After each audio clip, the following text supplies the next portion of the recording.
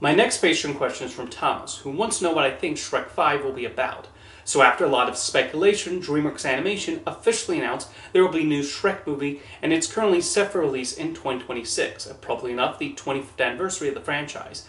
As of this recording, the premise for this new sequel has not been announced yet. I don't work for DreamWorks, nor do I have the inside track, so if you clicked on this video expecting some sort of scoop, you won't find that here. This entire video will be complete speculation on my part. For years, I've personally thought an interesting idea for a Shrek movie would be a prequel where we find out how we wound up in that swamp. Jeffrey Katzenberg even hinted at that being a possible storyline back when he was promoting Shrek 2.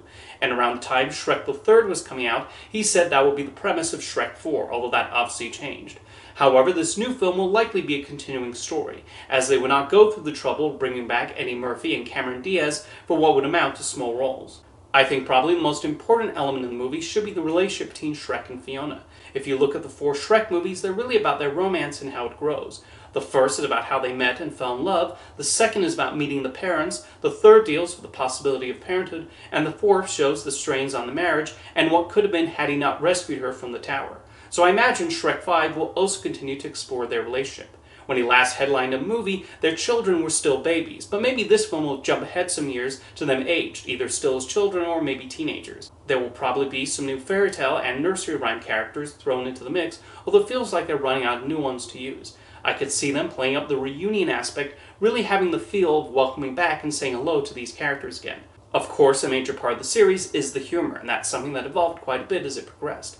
A lot of the humor of the first film was intentionally taking stabs at Disney, particularly with the character Lord Farquaad and the way he ran his kingdom. The movie was pretty much an opportunity for Katzenberg to take potshots at his former employer. Its satirizing of familiar fairytale tropes, along with how genuinely endearing the characters were, helped make Shrek a massive hit with audiences. Shrek 2 leaned even heavier on modern pop culture references, with Far Far Away serving as a satire of rich Californians. And yes, a few more digs at Disney thrown in for good measure.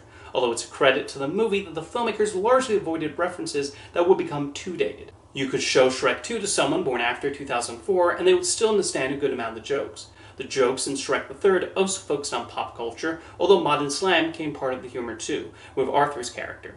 Meanwhile, most of the Disney parody focused on the princesses. Shrek Forever After took the franchise in a slightly more dramatic direction, upping the stakes in considerable ways. This one also seemed to have the smallest number of pop culture references, as the emphasis was more on the situation Shrek was in and seeing the alternate versions of his friends. So where will they take the comedy in this movie, since it'll be 16 years since the last Shrek movie?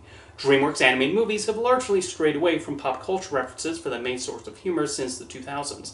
As their computer animation has evolved, the films have embraced physical comedy and sight gags more than making overt references to something well known.